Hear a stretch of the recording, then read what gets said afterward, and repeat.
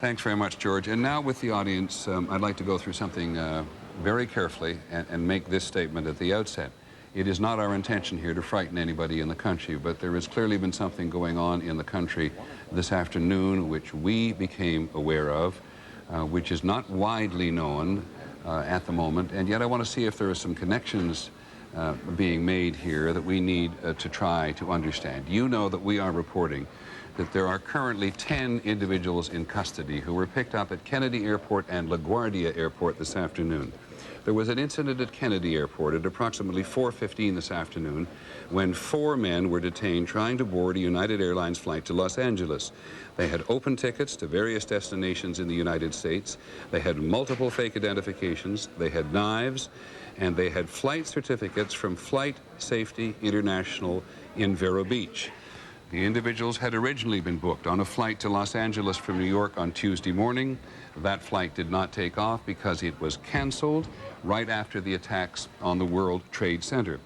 And following the detention of the 4 men at Kennedy Airport, a female was also detained who was acting, we are told, by high sources in the government, in the state governments in New York State, was playing a supplementary role. Stay with me for a second.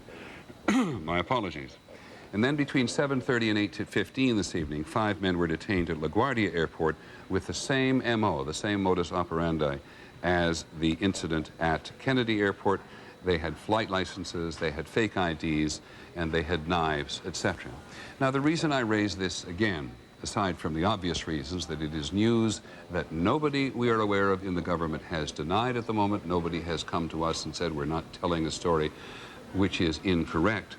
But in something of the same time period, and this is what I want to try to pin down, Northwest Airlines has said it was not going to fly.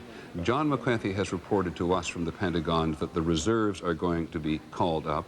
The Secret Service has expanded the perimeter at the White House at a certain point today, and it may be out of time frame here. This is exactly what I want to investigate.